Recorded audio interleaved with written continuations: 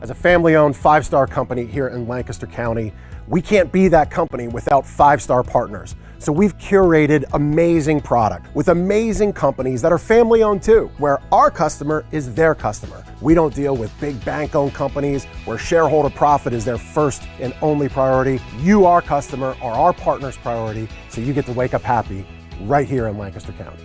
Double deals, savings events, happening now. You're listening to the Bulldog Hour, getting you inside the Wilson football program with weekly game previews, recaps, highlights, and interviews. Now, here are your hosts, Joe Mays and Justin Raffoff.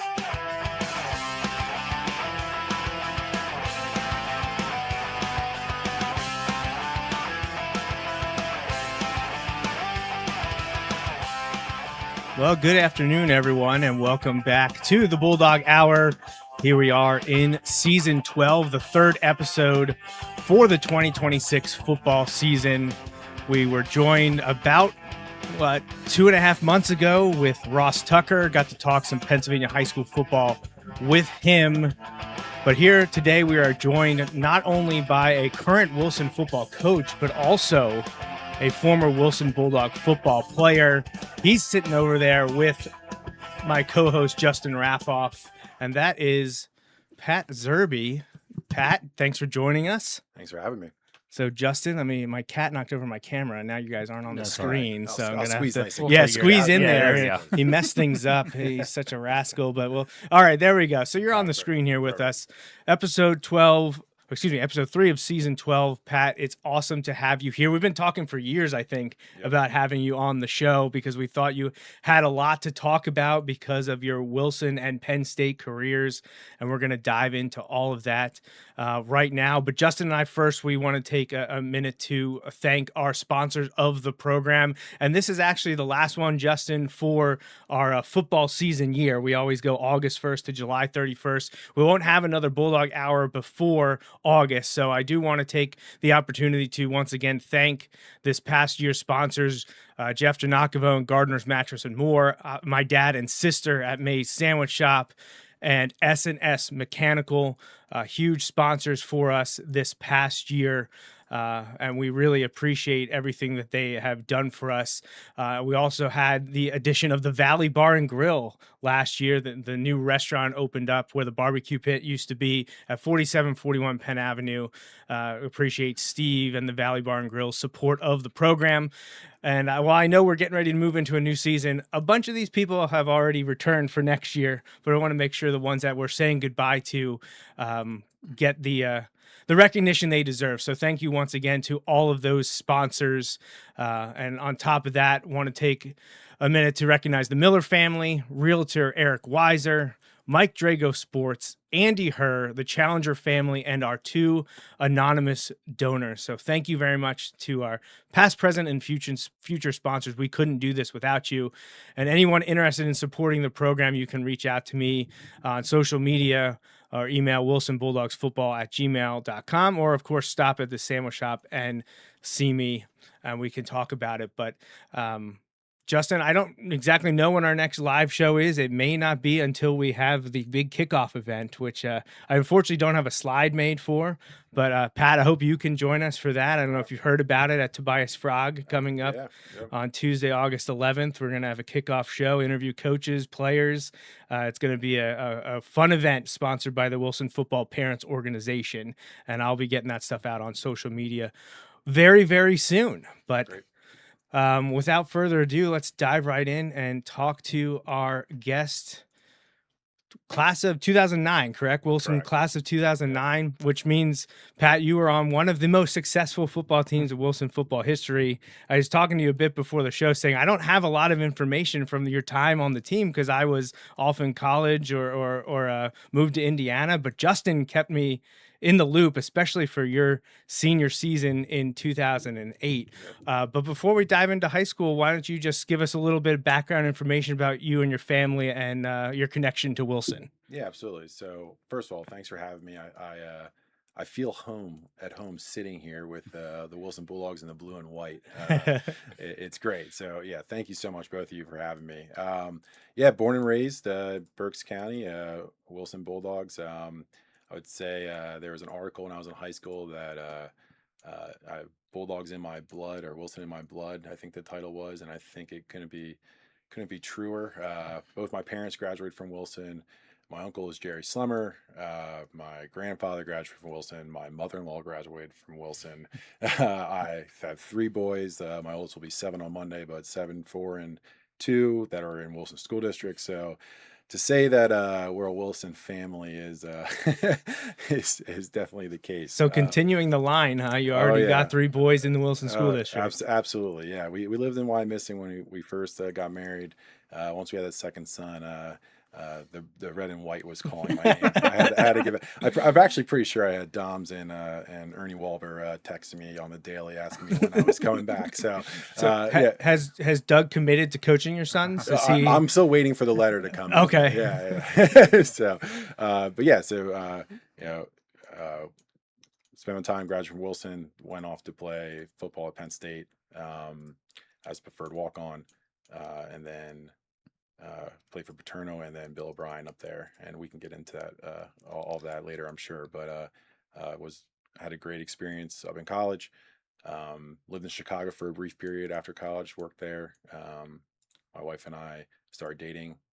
She tried to get her to move out there. We compromised and moved back home. and yeah, it's been great. We have all of our extended family is in this area, so we get together every week, and it's great.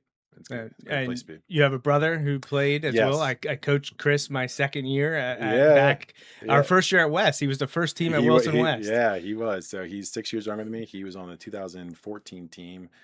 We actually had the same senior record, both made it to the state semis, although I playfully tell him that our team would destroy his team.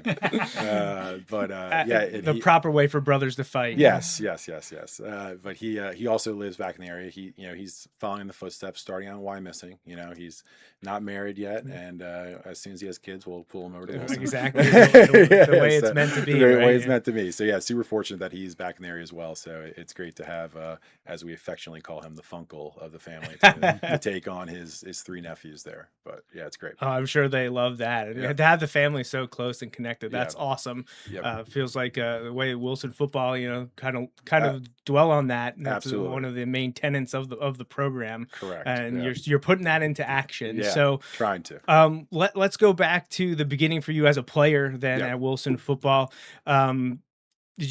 Were you up as a freshman, or did you come up as a sophomore? No, so I did not come up as a freshman. Okay. I was pretty small growing up, actually, with my friends. I was probably, average, maybe a little bit above average in height, barely.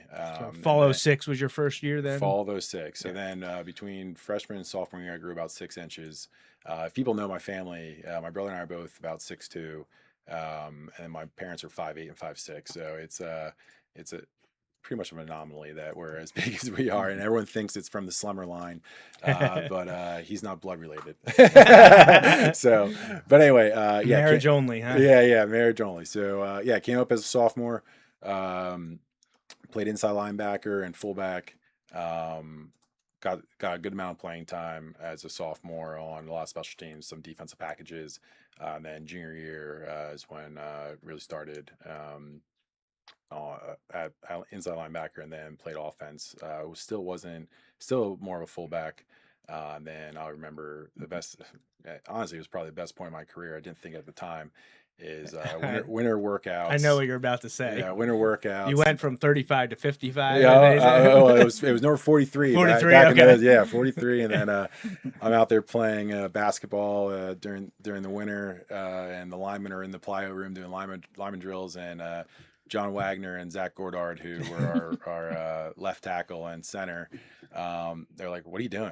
Why are you coming lineman?" I was like, "I'm not a lineman. I'm not coming lineman drills." And then Big Brew, slowly walked over to me as he does, and he just didn't even say anything, just looked at me and just pointed at me with his finger. And I was Come like, here, you're mine. I just walked back. But honestly, and I think that's the biggest thing I try to get to these kids, because everyone in their head has a position that they want to play, right? And the position you grew up playing, position you see yourself playing. And sometimes you don't realize that another position could not only help the team but benefit you in the long run as well. So moved to right guard, and it from Big Brew's tutelage. I mean, I thought he was a fantastic person, but unbelievable coach as well. Yeah. Really taught me how to block. And it's funny, every school that recruited me out of college, or out of high school, excuse me, I want to play linebacker in college. Like, I love defense. I love watching film on offense. I love diagnosing a play. Everything you could think about on defense, like, love it. Every school recruited me to play fullback and H-back. Every single one. Not guard. Even though I didn't play any fullback my senior year, everyone recruited me to play fullback and H-back. And it literally, I mean, fullback's basically just, it's a guard 3 yards back. Correct. Yeah. Range, right? You might get the ball once a year. I don't need the ball. So, and I think that, and it was part of the offensive line mindset that helped me too. It's one of those where, if our running back scores, it's because we did our job. We're scoring when our running back scores. I think that's the mindset we had as a group my senior year. I think that's why I was just talking to Coach Palm about this at camp on Friday when we were at lunch. Looking back on it, we had good players, don't get me wrong, and we were big, right, for high school for sure. But we just played really well as a team. We were just a really good team. Yeah. So before we move on, just to touch on that, because like I said, I didn't see the 2018. Yeah. That's not true. I saw you guys obliterate Cumberland Valley in the district championship Yeah. game. I was on my way back to Indiana. Yeah. And I stopped in Hershey to watch you guys destroy the Eagles, which was awesome. Yeah. So I did get to see you guys play once. I've never seen a team be so dominant in the first half against a good opponent. We've seen many teams beat up on opponents that are not that good and go up by 35 or whatever it was in the first half. I've never seen a team do that to an opponent that should have been there, was good enough to be there. So that was incredibly impressive. I was glad I got to see it, because Justin had been telling me all year about how great the team was. But when we first started this show, one of the first questions we posed to Coach Doms and Coach Wolber was, who are some of the best teams that you've been around? And I told Coach Wolber he couldn't pick the ones he played on. I wanted to hear because his teams are, known for being amazing defensively. And he said that he has not been around a team that played like the 2018, and he was speaking mostly defensively. Yeah. That he and the assistants, that Coach Doms could install a defense, and you wouldn't use it for 7 weeks, and then he'd call it, and you guys knew what to do right away. Yeah. Because he felt you all were very cerebral, and you knew where everyone should be. Like, you didn't just know your own position. You knew the guys next to you, in front of you, behind you, and where everyone should be, and that you held each other accountable in the best way possible. So that always stuck out to me. Yeah. So, I honestly, I'm not sure you can have higher praise from a coach than to say you were the smartest group you've ever been around. The dedication to your positional knowledge was second to none. Yeah, no, and I appreciate him saying that. And we, I would say we felt that. We took a lot of pride as a team in knowing what our opponent was going to do from a defensive side before they even snapped the ball. And I think that's what made us. So, I mean,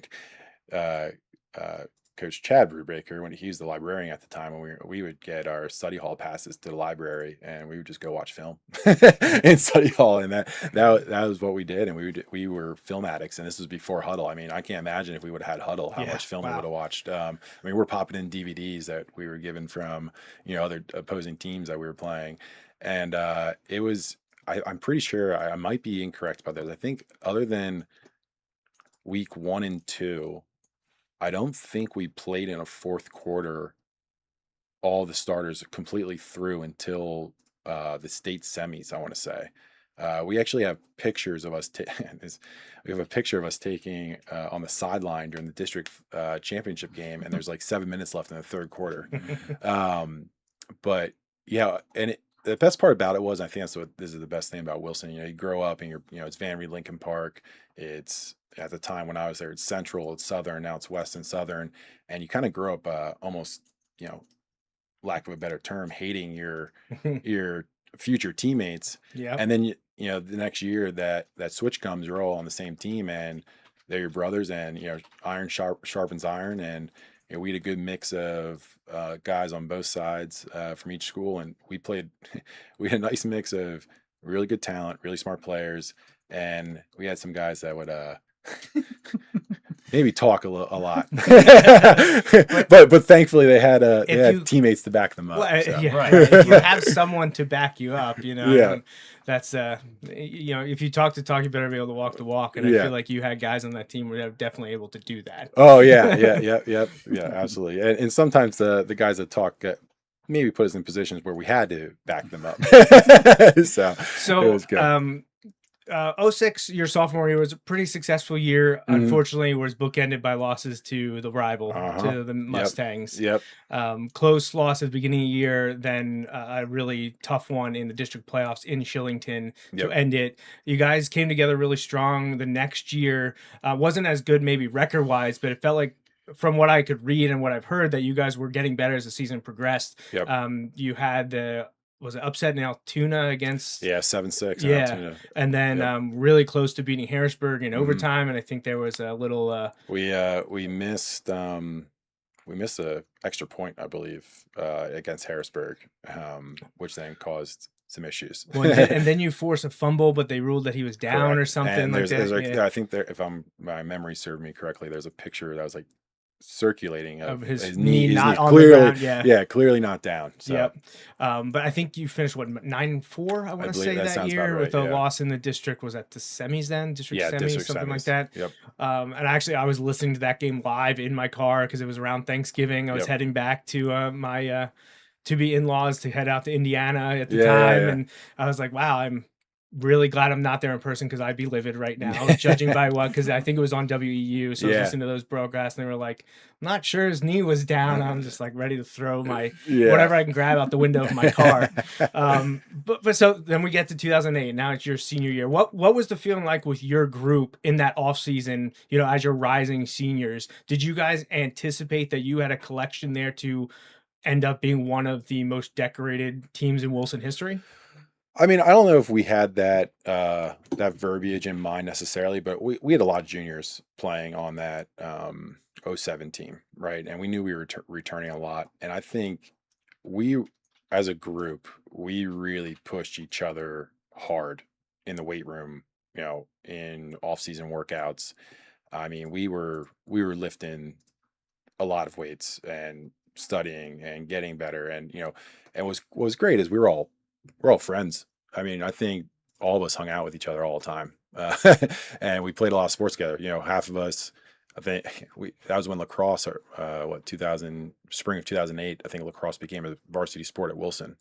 And Zach Gordon, our center, one of my best friends, his dad was the coach, and basically we were football players playing lacrosse. I would say we weren't the best lacrosse players, but we were good enough athletes. You're going to be a tough out. We were good enough athletes to run down the field and get hit with some sticks and keep moving forward. So, but that I think I attribute, and I say this to people all the time, Zach Groff was playing midi for us, and I was a Fogo. I did face-offs and played some defensive midi. Like I said, not a lacrosse player, but I to this day I think that lacrosse season helped him so much with football because his vision, just running down the field, clearing from defense to offense, and he was a tremendous running back for us our senior year. He just was unbelievable, just tough, fast, strong. Was able to read the blocks the right way, and we knew how he was running. So, I think I think our motto was games are won when the stands are empty. Our senior year for our poster, and it couldn't have been more true for us. It was all about everyone's working hard. We just got to outwork them to get to where we want to be. Well, and it paid off. We kind of alluded to it, but 14-1 record, tied for the best showing in Wilson history. I believe the only ones that have gotten to that mark were maybe the 89 state runners up with Kerry Collins, and then you mentioned your brother's 2014 team that fell in the state semis to Pine Richland. Yep. Not sure any of the others. Some have gotten close, 12, 13 wins, but I think just 3 are 14-1. Kind of crazy that you and your brother are on those squads. Yeah. And we've talked about it a lot because 2014 actually is the last year before the Bulldog Hour started. We started in the fall of Okay. 15, but we talk all the time. We kind of got things started with interviewing a lot of those guys from the 2014 team on our regular show, and that kind of what clicked and was like, hey, maybe we should bring back the Bulldog Hour, because we interviewed like Austin Rosa and Jake Templin and those guys at Wilson Minithon. That's where we went up and did like a 12-hour stream of Minithon for the class of 2015. Nice. And that was a lot of fun to do. But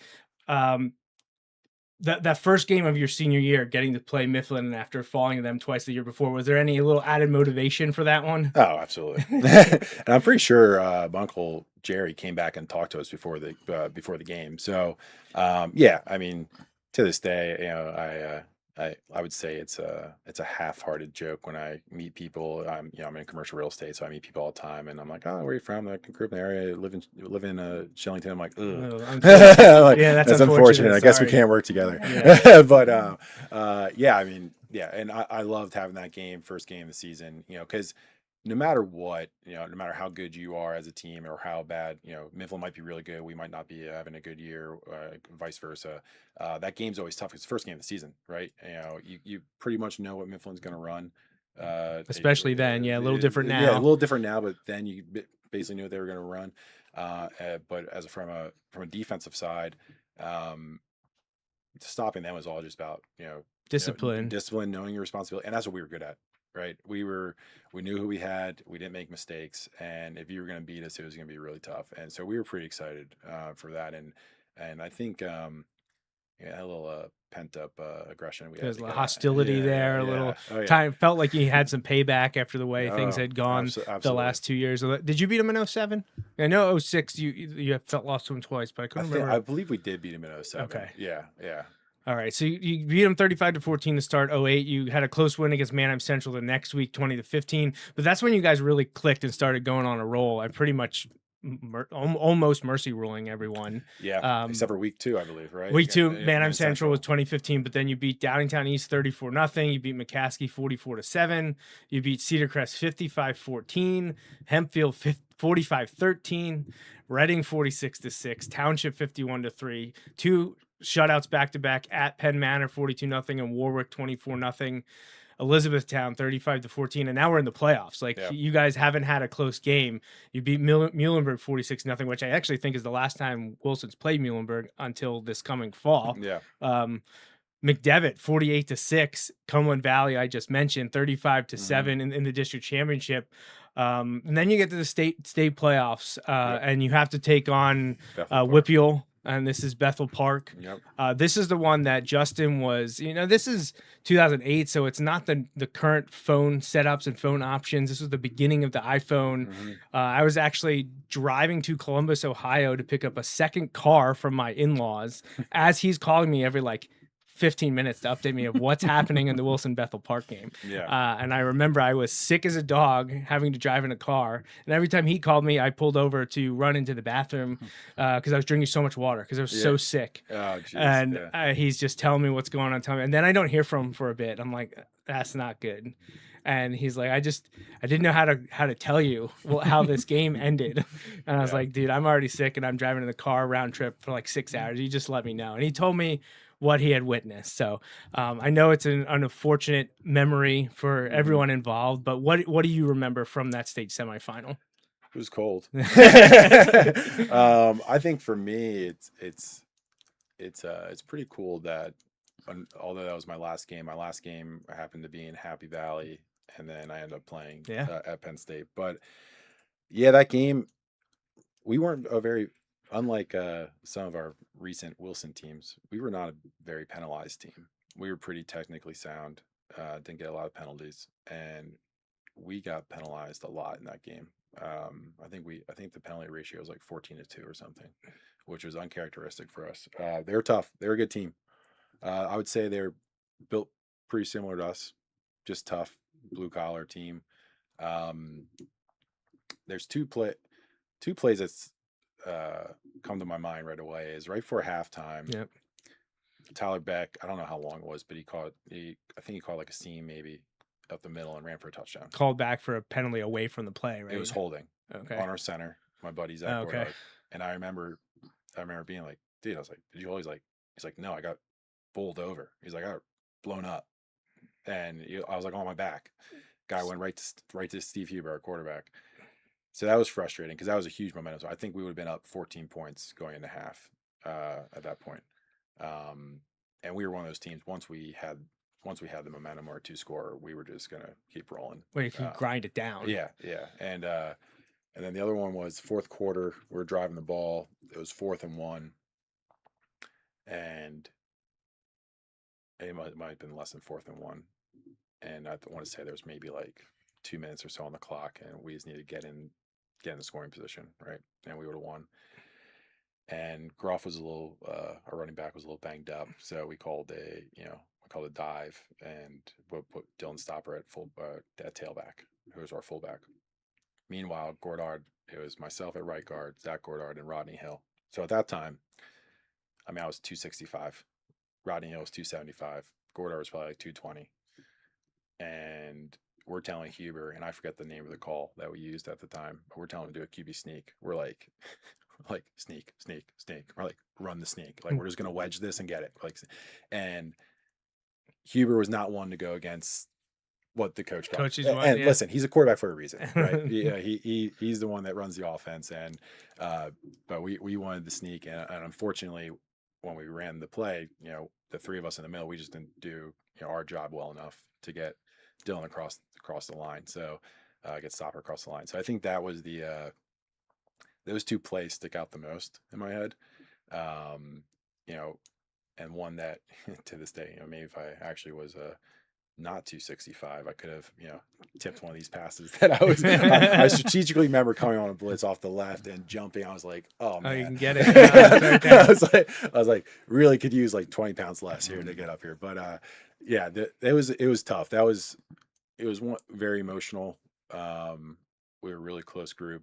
And we felt, I think at that point in time, we knew we were going to play Liberty. Bethlehem Liberty. Yeah. And they ran an option. And we were really good against the option from a defensive standpoint. So my dad has bought me every DVD, every game from my high school career. I've never watched Bethel Park. I have no desire to watch Bethel Park. Yeah. It's there's classic, what if moments. Yeah. And it's tough because we were really good and things just didn't fall our way, unfortunately. We didn't do enough to win the game. Sure. So. That's a perfect example to me of a game, and not everybody agrees with this, but this is my personal take. I would rather lose 24-3, or I'd rather lose not in triple overtime, multiple scores. Yep. Yeah. Because then you're just like, hey, they what? were better than us. It just happened. Versus Versus the what ifs. Right. Well, and one, I know exactly what you're feeling. I cannot say. I didn't purposely watch our game against Central Dauphin in the 2002 district championship game. I had to convert it to digital, but I put that one on and walked away because I wasn't going to sit there. I was like, I live this. I don't want to. I don't want to relive it. It was my last high school game, and it's not a happy memory. Yeah. So I understand what you're saying there. As it relates to the 2008 one, and then we'll move on. A lot of people talk about the overtime sessions and the field goals or attempt field goals. Was there a roughing the kicker that ended one of those? That was listen. Refs don't determine the outcome of the game, but they can help. No, it was not trying not to be biased, right? It was a pretty bad call. Fegley came off our star receiver. Alex Fegley, our star receiver cornerback, came off the edge. I want to say if you're looking at it from the field goal kicker's perspective, from his left, came off the edge and dove in front. I don't think he made contact with the ball, or if he did, barely, but it went wide left, right? The kicker fell over the holder. He tripped over the holder. So Alex didn't touch him. Didn't touch the kicker at all. But because that's what he they tripped thought over the they holder, saw, and then they threw the flag. And, and we were obviously then they got another chance. And that was to win it. Was that to win it, or was that to tie? I can't remember. I mean, Justin's walked me through this, and I think that was their. We went first in that round, right? That was their second opportunity. They tied. Okay, And so that continued the overtime continued periods. it. And then I think we got up, we didn't score, went for a field goal. Fagley, who was our holder as well, thought he had an opportunity to audible out of Fake it, it, and then we just missed the throw. And then they kicked the field goal to end it. Okay. Yep. Yeah, because I'm pretty sure. Once again, I've kind of like blocked out the Sure, last overtimes of those. I don't like to be picking at old scabs. Yeah. But, Well, thank you. You know, And are there any other miserable moments you'd like to relive? Yeah. What else do you want to talk about? It's been a great Sunday afternoon. well, let's move on to your 5 years at Penn State. No. It's good. But yeah, if my memory serves me correct, I'm pretty sure my dad would be able to tell this. Sure. Right away. Yeah, I'm pretty sure that's how that unfolded. Yeah, that was a pretty bad call. That was pretty tough. But. And that's one thing. Justin and I very rarely, at least, we might mention officiating, but we don't try to dwell on it. Yeah. Just because, like you said, It's one of those things we talk a lot more about in the car than we do on the show. Yeah. Well, it can only I think it doesn't help anything. no, it doesn't. And right, because you can't change it after You the can't fact. change it. You can't change it. It's it also is very hard. Like it's very difficult. And honestly, I feel like it's probably even just gotten harder with the way the game has changed. Like you were mentioning, just one of the thoughts in my mind, Liberty. So the highest classification of Pennsylvania football, Liberty was running the option at the time. There's not a chance you're going to get to the 6A final or 6A playoffs really and face a team running the option. Well, I think it just isn't going to happen anymore. I was just thinking about this the other day. The offense we ran and the terminology we run now, it's like night and day. It's completely different. Completely different. And you're absolutely right. And I think it's like now with coaching these guys, I always tell people, outside people, when I'm talking to them, how's coaching, what are your biggest items you have to overcome? And I said, listen, these kids today, athletically, physically, light years ahead of we were. I mean, the information they have at their fingertips, their diet, what lifts they should be doing, the trainers they're going to, coupled with the Wilson program, which is fantastic for lifting. So athletically speaking, they are just so far ahead of where we were at that age. I feel more like it's you're mentally coaching more than anything, right? It's how do you deal with adversity? How do you overcome? And when things aren't going your way, because they're not always going to go your way. Right. And I think when you're in the game side, coaches, we're going to be on the sideline and I'm definitely not one to be shy about it. Be very vocal about a call that you disagree with, but that doesn't mean that's the reason you're not performing well, right? Right. So yes, you can be upset about an official or officiating, but you can't let that determine the total outcome of the game. You can't dwell on it. You can't. Because like you guys said, it doesn't do anything. That's one of those things that I handle much better as a 40-year-old than I did as a 20-year-old. As like a 20-year-old or like a high school kid or a college kid. Absolutely. Or even honestly early 20. Like you're just so wrapped up in it. Like anymore, I'm just like, yes, but it's just like.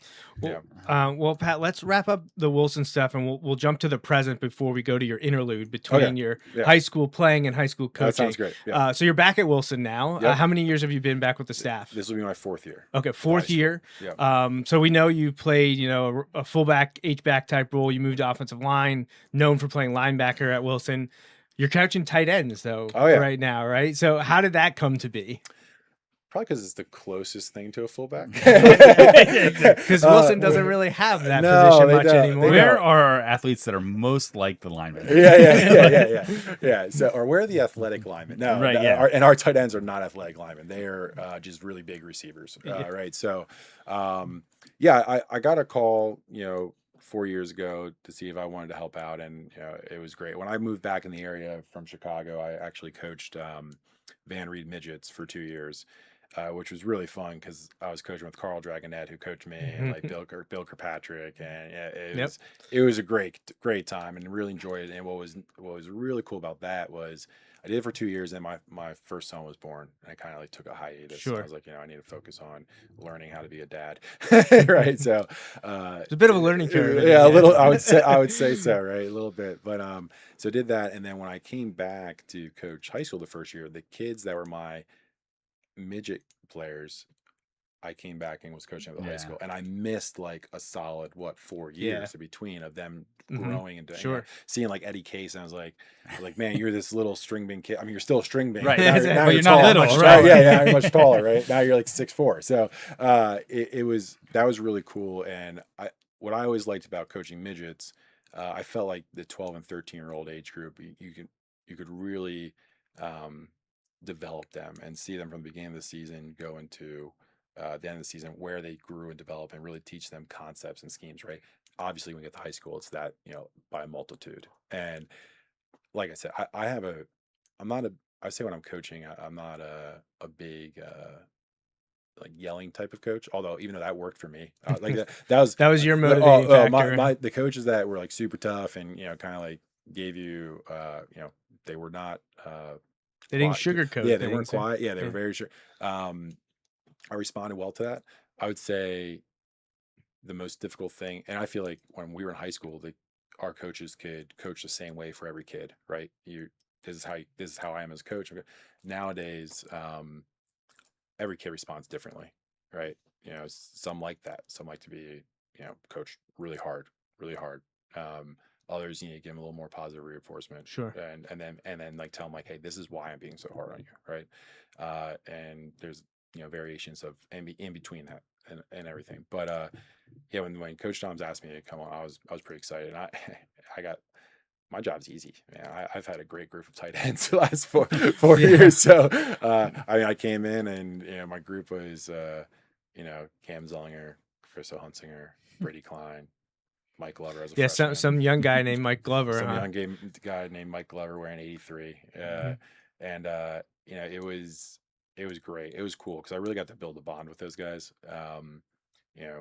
We and I think what I learned most from when I played at Penn State, especially when Bill O'Brien came there, is really treating them like men and having very honest and frank conversations of like, what's our goal as a group for the season, and what are the expectations really. And my expectations for them as players is super high, right? As they should be. And I'm never going to get mad if they mess up. But if their effort isn't there, that's when, that's kind of like the theme in our room is, listen, you're going to make mistakes. That's why we're here as coaches. Make them go on 100%. Right, exactly. Don't get in the middle of a play and second guess yourself, because that's when you're going to get someone else hurt or yourself, right? And being coachable. My first year there, I got it from a book, and I kind of made it into, kind of altered it a little bit, made it into my own. But I printed out all these cards, a little corny, but Little like motivational posters. It was these cards, and it was our acronym was be an actor, right? Accountable, communicate, trust, open discussions, and you'll have results, right? Those are the 5 things. And and I was like, I don't know how well this is going to go over. Like, we'll see. Like, I'd be like, who the heck is this Coach Zerbe guy? But what was cool is a lot of them put in their phone case, and they had it. Oh, they had it there the whole time. Yeah. So, but that's literally how it's like, guys, like, you're not always right. And if you're getting coach stars, because we care and we know how good you are, right? And I think that's the biggest thing. Like, in this world we live in, it's result driven, right? Everyone sees social media like, wow, this person's doing so great. You have no idea how they're really doing. You see how they want you to think. Right, they're doing, exactly. right? So, but in order to do well, you need to work hard for it, and you need to be able to take the coaching. Like, I'm going to take, there's a lot of coaches on our staff that have been doing it for a long time and know what they're talking about. Not me, like other coaches on the staff that know a lot about football, have put a lot of effort in. And when they're coaching you, just listen, don't argue, just listen, absorb it. It's going to benefit you. And I think we have a good group this year that is really taking that in stride, and, really, I'm not going to say they remind me of the 08 team, because I can't compare that. that would put them up there. But I would say, from a team aspect of, wanting to, we're togetherness. We're 11 guys going the same direction. Yeah. Right? Okay. Everyone has the same goal, same mindset. I think that's what's been good to see about this team so far.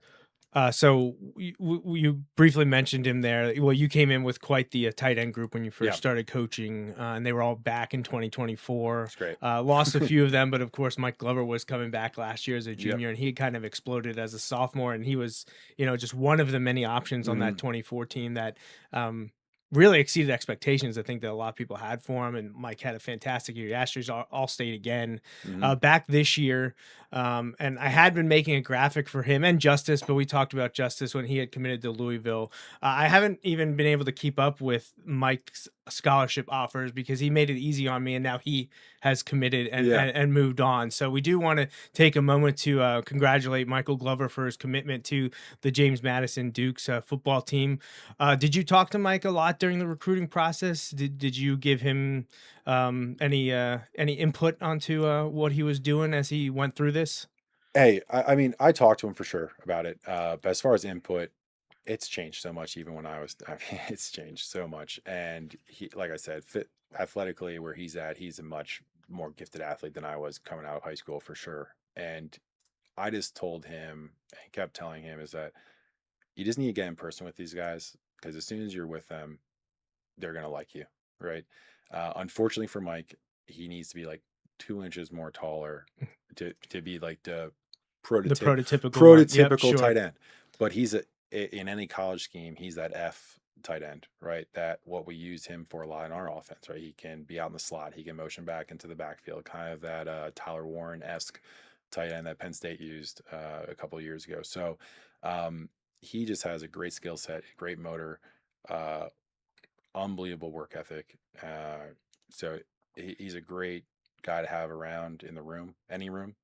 So I think James Madison is going to be really excited to have him part of the program. I think he's going to do great.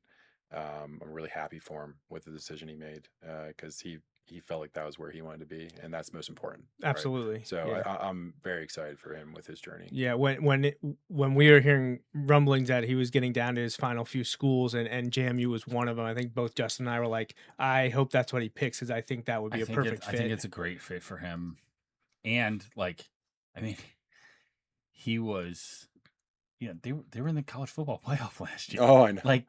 That's and crazy with, talk. And with was it Napier? Chesney. Yeah. Well, Chesney last year, and Napier. Oh, and Napier is before their the coach yeah, now. yeah, yeah, Napiers yes. now. So I think it's a good fit. It's too bad Rodney Hill didn't get a chance to because he was with Florida last year. Didn't get a chance to come up with. Oh, to yeah, I James didn't even Madison. think about that. That'd be cool. Maybe in a couple of years, or maybe next year, Rodney will get pulled over.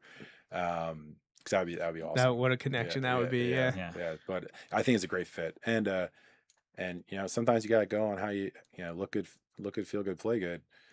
He looks good in the purple. The purple, yeah. so it's good. It all worked out. And I think it's about 4 hours from here, James Madison. I think so. Because I looked at JMU when I was coming out of high school. Okay. I think so. And I mean, great campus. Mm-hmm. They made unbelievable improvements to their stadium. Yeah. It's really nice. Facilities are great. So yeah, it's far.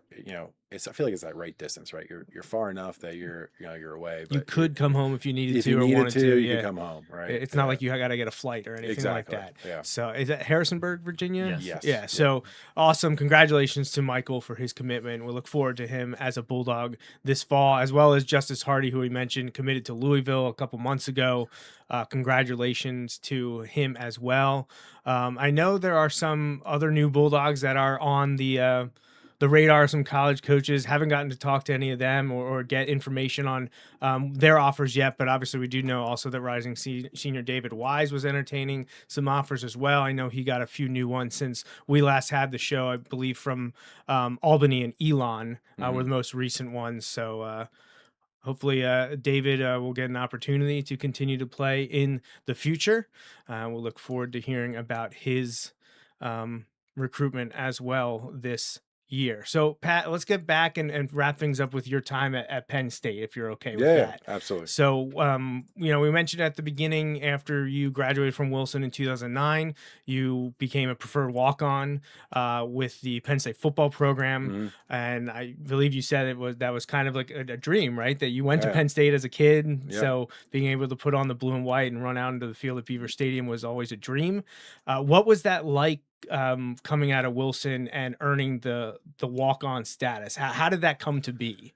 Yeah, so I'll just start real quick on the dream part, because I've mentioned this to people, and I think Justin, maybe you and I have talked about watching soccer I was practice. going to say probably soccer practice discussion. with watching our kids, but I was about 95% positive I was going to William and Mary out of high school.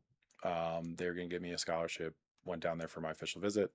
Sunday came and had a discussion with the head coach, and they said, "Hey, we're going to give your scholarship to a Virginia kid, but we still want you to come here as preferred walk-on."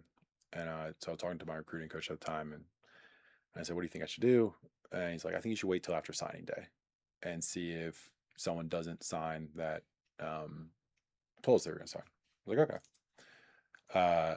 At this point in time, so I've never heard from Penn State through any part. So this is like end of winter 2009. Yeah, it was like February. Yeah. Right. I'm on my way to, we did Big Brothers Big Sisters. We went to, I don't even think it's there anymore, the Wilson like West Wyomissing School. Oh yeah, that's, yeah. The building was long raised. gone. Yeah, long gone. Yeah. So on my way there, and I get a call from Coach McQuarrie from Penn State. He was like, "Hey Pat, this is Coach McQuarrie, Penn State University. Do you want to come and want to think if you want to become a preferred walk-on?" I don't even think he got the words out. I was like, "Yep." I was like, "Absolutely." So it didn't even want to talk to your parents. Yeah, just it like, didn't matter. Didn't matter. And he's like, "That's great. Do you want to come see the school?" I was like, "Been there a million times.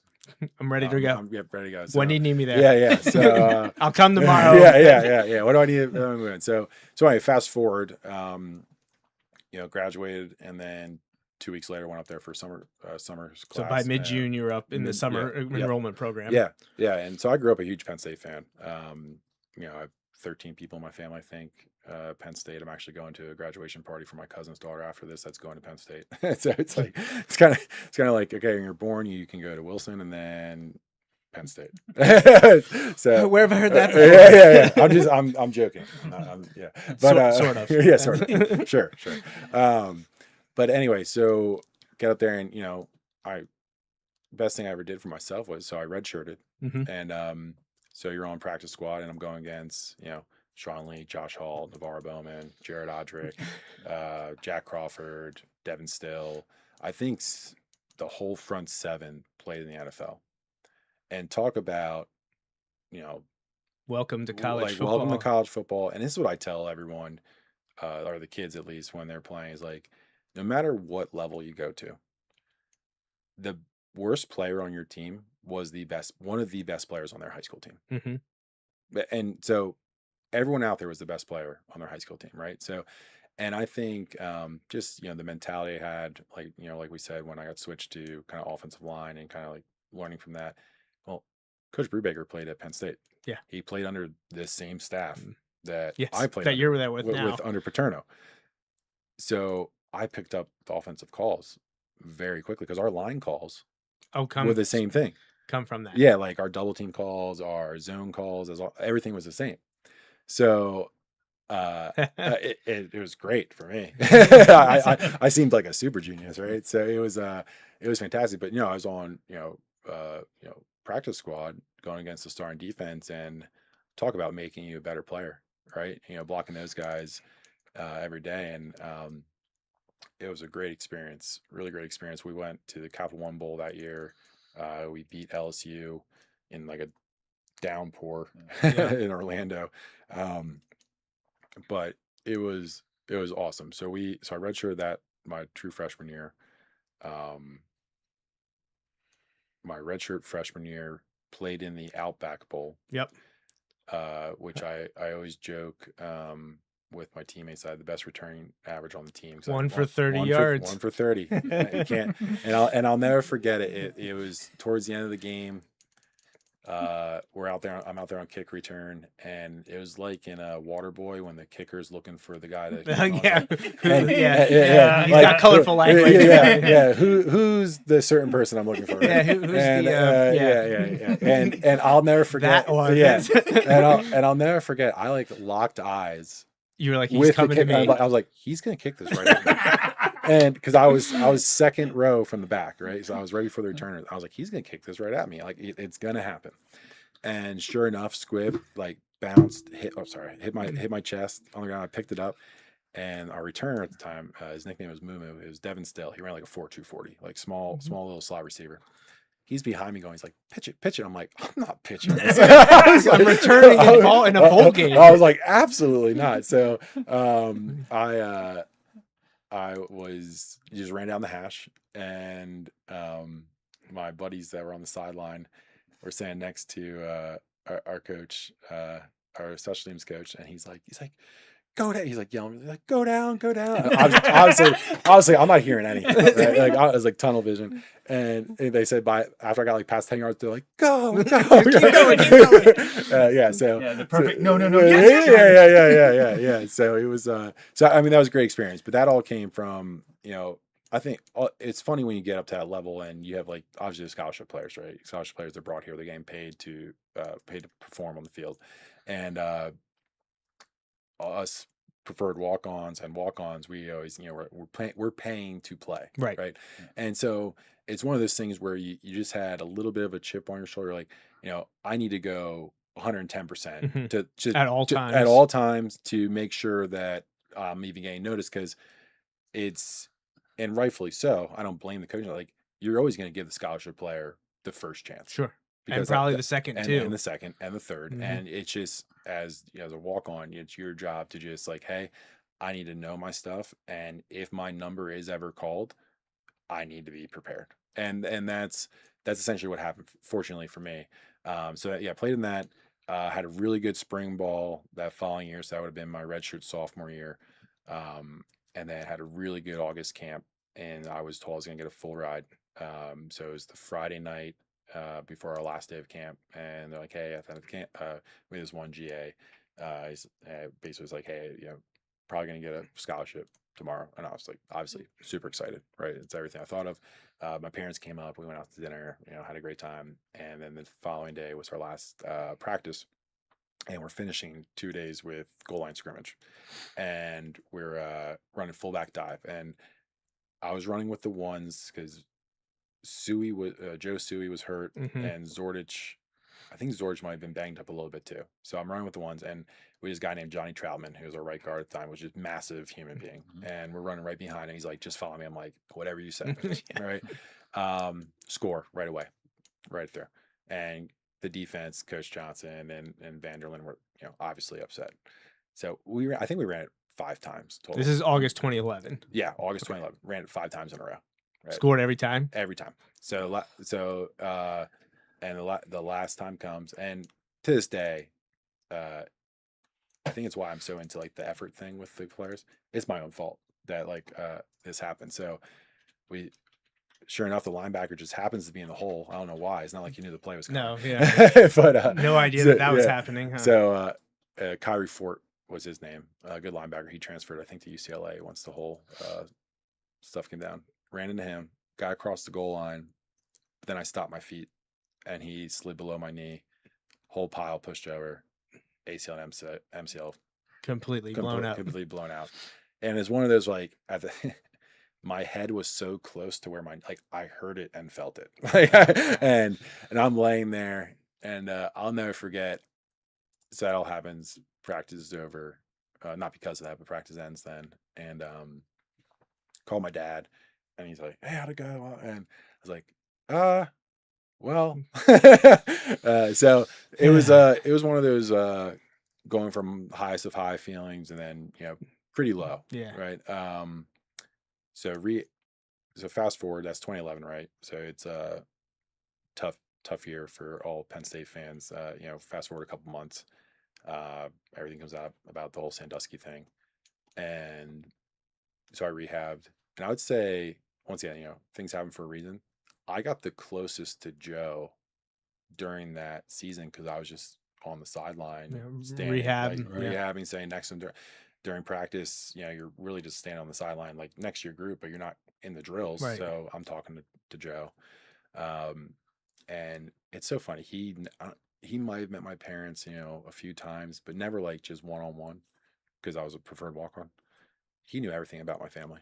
It was unbelievable. He's like, hey, he's like, your dad's still at Lehigh Valley? I was like, oh no, yeah. Like he did everything about him. So it was really cool. To this day, I'm a big Paterno supporter. So, But so that all happens. 2011 ends as you imagine, and then Bill O'Brien comes in. Did you, just not to Go ahead. interrupt, Yeah. did you ever consider leaving? Never. Okay. No, not even a thought.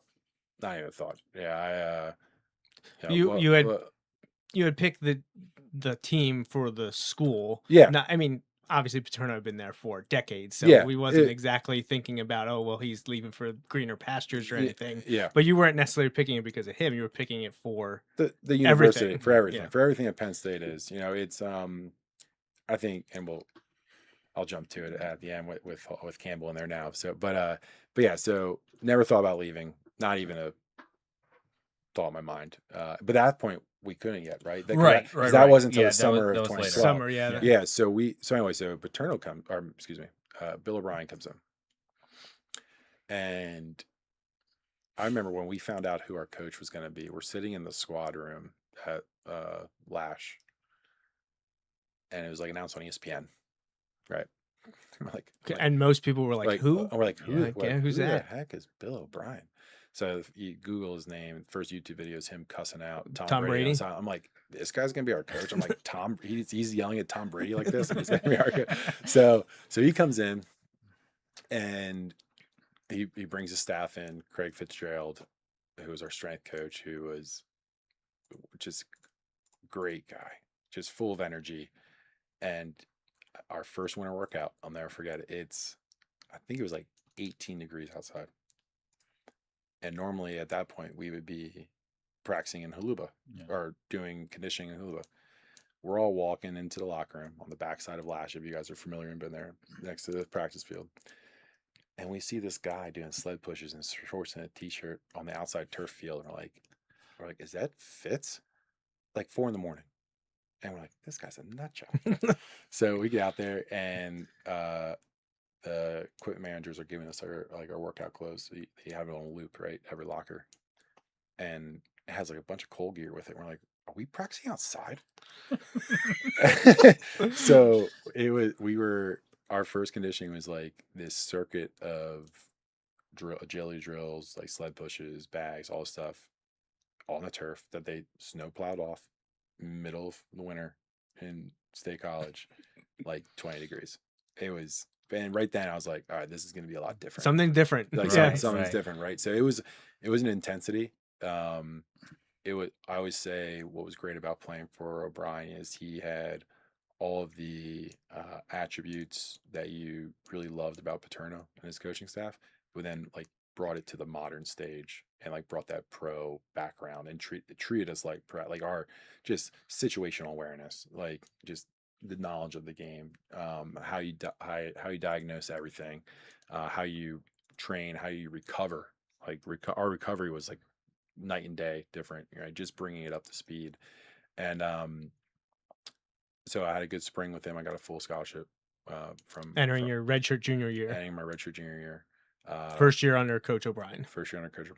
Played on all special teams, and then played in some offensive packages because Mike Zorich was still there. Yeah, that's what I was looking into when I was researching this, just to remind myself, because I was following you while you were there. I was like, anytime a Wilson kid's at Penn State, I'm going to follow along. Yeah. And everyone was calling you the special teams ace because you were on like everything. Yeah. And that you and Zordich were the 1-2 fullbacks on that 2012 team. Yeah. Yeah. And Mike's great. Like, I mean, him and Mike Maudie are the guys that, basically held the program. Brought everyone together. And love those guys. They're great guys. But I think, once again, it comes out that is an attitude thing, right? Just blue collar, like, especially that 2012 team, after everything happened with, they essentially gave us the quote unquote death penalty for they cut our scholarships down, which even then, like, got a scholarship, now they're cutting scholarships down. I'm like, well, what's going to happen? Right. Right. So, then at that time you couldn't transfer without penalty. So if you transferred at that time to any school, if you sit out, you had to transfer down if you wanted to play right away. Right. If you were D1, you transferred D1 AA, you could play. But if you transferred like for like, you were sitting out a year. But they made it open season for Penn State guys, and the thought never even crossed my mind that I was going to be transferring. It's where I wanted to be. I wanted to, we kind of felt like it was our duty to keep the program and university together. Like everyone was against us, right or wrong, right? So went in, and I think one of my favorite things from that 2012 season, other than us, just really standing together and, going out there and performing was, and I think that's why I respect Coach O'Brien so much. I went to his office, I think, during camp, and I was just like, what can I do to play more? And not even hesitation. He's like, this is what you're good at.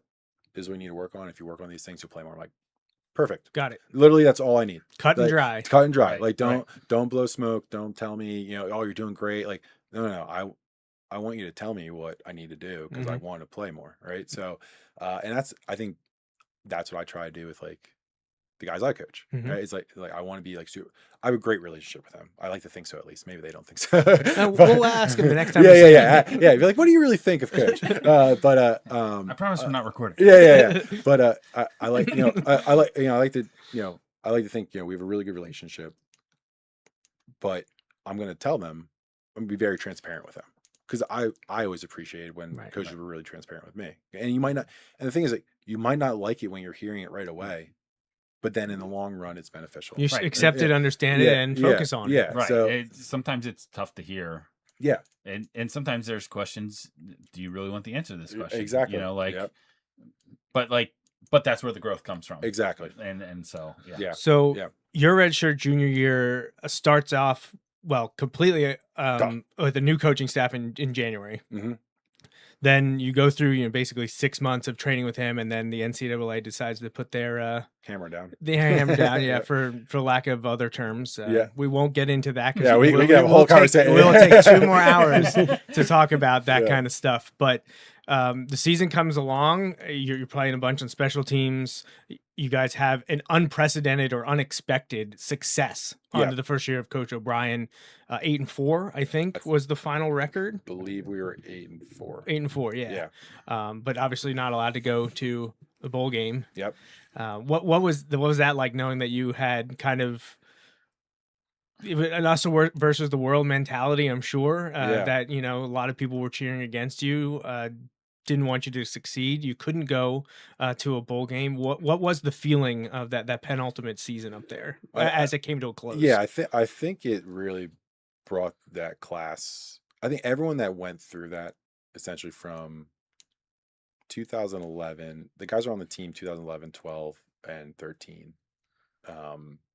We were all pretty close when we see each other when we get back to the state college, because that.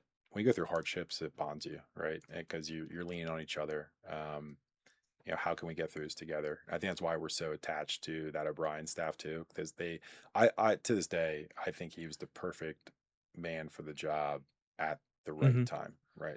To bridge that gap. Would have loved and would have loved for him to stay, but he told us from the beginning. I think our first team meeting, it's a bridge job. No, he's like, listen, he's like, I'm not going to be here 40 years. He's like anyone in any profession, I want to reach the highest point in my profession, and that's being a pro football coach, head coach in the NFL.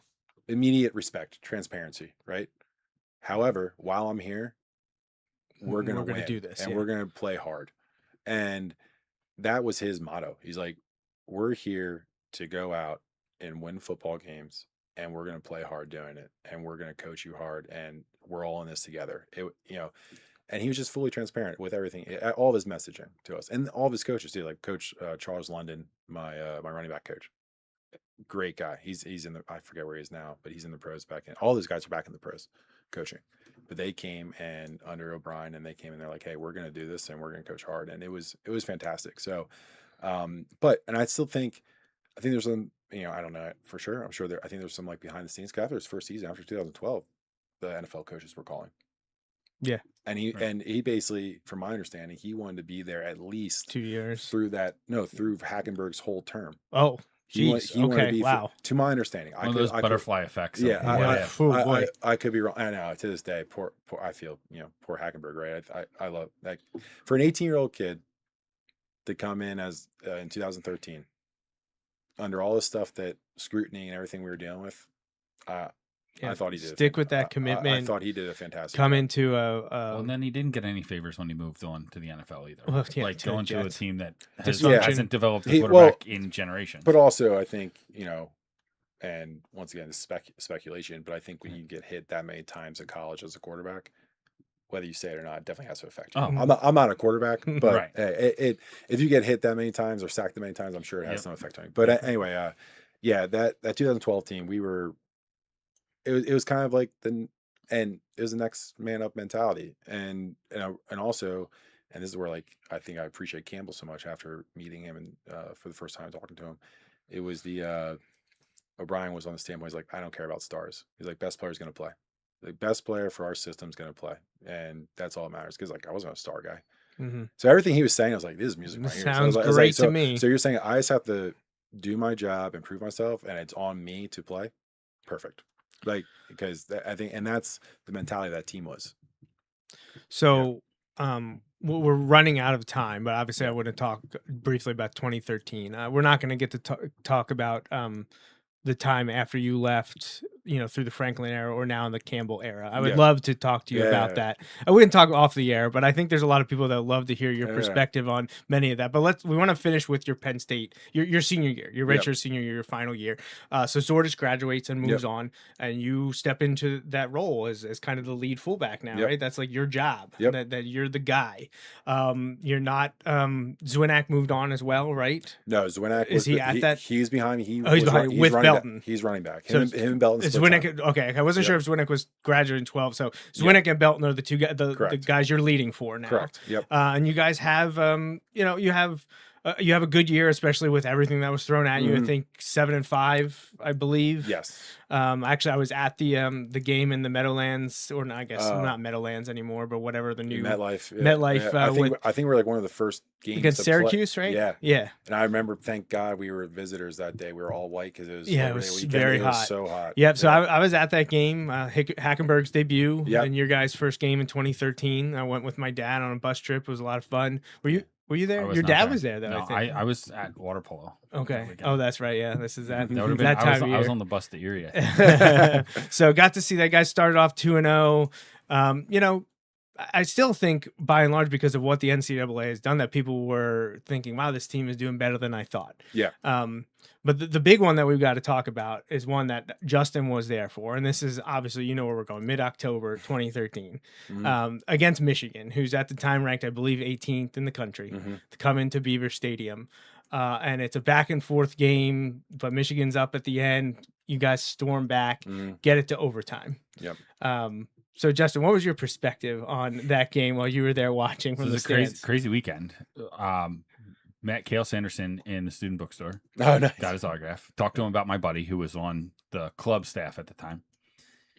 Get a picture with the one team onesie because we were going to use that for our birth announcement for our oldest. Nice. Go to the game, and we're up there, and it's crazy. And then that Allen Robinson catch and all that stuff is just insane.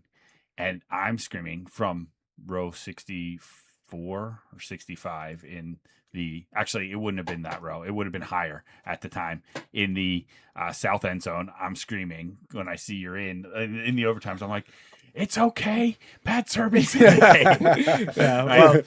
And it was okay. Pat Zerbe was in the game, and it was amazing. Well, so I'm watching it from home, and he's trying to text me, Beaver Stadium Wi-Fi cell connection awful, and it's 2013. Not the best. Not the best. So I'm getting a bunch of this stuff after the fact, but I'm watching this game, and let's take a look because we want to make sure everyone that's listening and watching knows what we're referencing. But this is October 12th, 2013, Beaver Stadium against Michigan.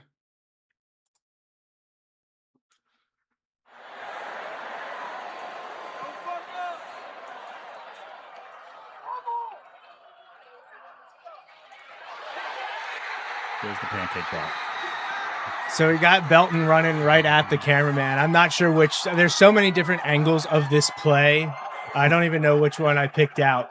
And I'll pull up a better version that shows is an actual from the ESPN game cast. But it was a pretty awesome feeling, I'm sure, in the stands for you, Justin. But what was it like for you, Pat, on the field when this all went down to win that game in overtime against Michigan? It was pretty awesome. I would say, so going back to regulation, so on Thursdays of game week, we would always run a last drive situation, right? And O'Brien would just spit something out like, you're down 3 on the 40, 1 timeout, 30 seconds left, blah, blah. And you see if you can win the game. The situation we ran that Thursday that week was almost identical to what we were on when Allen Robinson made that catch to tie the game, right? And we, it's funny, I never, when I think everyone has this when you're playing sports and you get that feeling where like, I don't think we have it. Like deep down, you can feel it. Like maybe not in the moment, but you look back and you're like, I just never felt that we had it going away. Not one time during that game did I feel nervous that we weren't going to win that game. And I can't really put a reasoning behind it. But on that play particularly, we were running outside zone to the right, which we had a one-word call for it, sword. Where basically I'm just there to pick up support. And right before the play, on all of our plays, Hackenberg has the option to alert, change the play and switch it to the other side, which we called Lance. So you can see it at one point he steps and he's tapping his ears. He's going alert, alert, alert. You see me, I have my hand down, I twist back to make sure Belton knows. I'm like, hey, alert, alert, alert, alert. And the funny part is, and I always tell Jesse James, I'm like, dude, thanks for falling. Because Jesse James falls. He's the one on his knees there? Yeah, Jesse James falls. He's on his knees. So we get a good shot of it right there. Because my job is just to get any support player. I don't have a particular person. I'm clean up. First yellow hat you see come through. Yeah. First hat I'm going to pick up. So, and I couldn't be more happy for Bill Belton's a great guy, great running back. We had a really good relationship where I knew how he set up defenders when he was running the ball, and so I could block it that way. And yeah, it was great. Yeah, this is a great view of it. First from the side, but then I believe they show behind the offense. Yeah, right here. You can see it right there. Pick up the guy on the edge, get Belton in the end zone, celebrate. Perfect. Yeah, I believe actually I made a post on the Wilson page highlighting the play the next day because I was like, I got to take this advantage right now. Awesome. I had been doing the social media for about 2 years at that point. I was like, hey, anytime a Wilson guy's doing something that needs recognition, I'm going to get that out there. So I appreciate it. Well, I mean, you had an incredibly successful five season. You graduated in December of 13. Yep, 13. Yeah. I mean, it's certainly an interesting time while you're at Penn State with everything going on. I mean, both personally and with the team with your knee injury. And then 2011, 2012, you probably have a ton of stories that we could touch on and dive into from your time with the Nittany Lions. But, we want to be respectful of your time. We're over an hour now, and I know we all have something we got to get to do. And hopefully we can talk again. Yeah, absolutely. Especially this season as it amounts to Wilson football and what you're going to be doing on the sidelines with the 2026 team, coaching your tight ends. And, being an alumnus support unit on the sidelines with Coach Doms, Coach Wolver, Coach Palm, and the rest of the assistants out there. So, Pat, thank you so much for taking the time this afternoon to join the Bulldog Hour here in Season 12, Episode 3. I would love to get you on again. Hopefully it doesn't take like 4 years like it took this first time. But, we all got families and other things going on that sometimes it's tough to connect. But I'm glad we got to this time. And just want to thank you so much for joining us. No, thanks so much, guys. I appreciate it. We will be back again. If not before, it'll definitely be in a month. Again, Tuesday, August 11th is the kickoff bash that the Wilson Football Parents Organization is organizing. There'll be more information about that coming really soon. So mark Tuesday, August 11th, I believe 6:30 at Tobias Frog. And then you will get to hear Justin and I interview the coaching staff, players, and come out and have a shot at the buffet and just really celebrate the 2026 Wilson football team in style. But thank you so much to Pat Zerbe for joining us. And Justin, anything else you want to say before we get out of here? No, just thanks for coming on and keep working hard to the team, coaches for the summer. And August will be here before you know it. It will. Real soon. You guys just finished a team camp at East Stroudsburg. Heard it went pretty good. Yeah. And it's the best time of the year, getting Oh, ready yeah. for football across all 3 levels. But of course, here we are particular to the high school football. Friday Night Lights, nothing beats it. Absolutely. So, all right, thanks again, Pat. That's it. So for Justin Raffoff and Joe Mays, thanks for listening to the Bulldog Hour. We'll be back again real soon. But until next time, remember, go Bulldogs. Thanks for listening to this week's episode of the Bulldog Hour. Want more Wilson football? Follow the show on Facebook, Twitter, and Instagram. Subscribe to the podcast on iTunes and SoundCloud. Or visit www.bulldoghour.com. The Bulldog Hour is a featured program on jmnjrradio.com.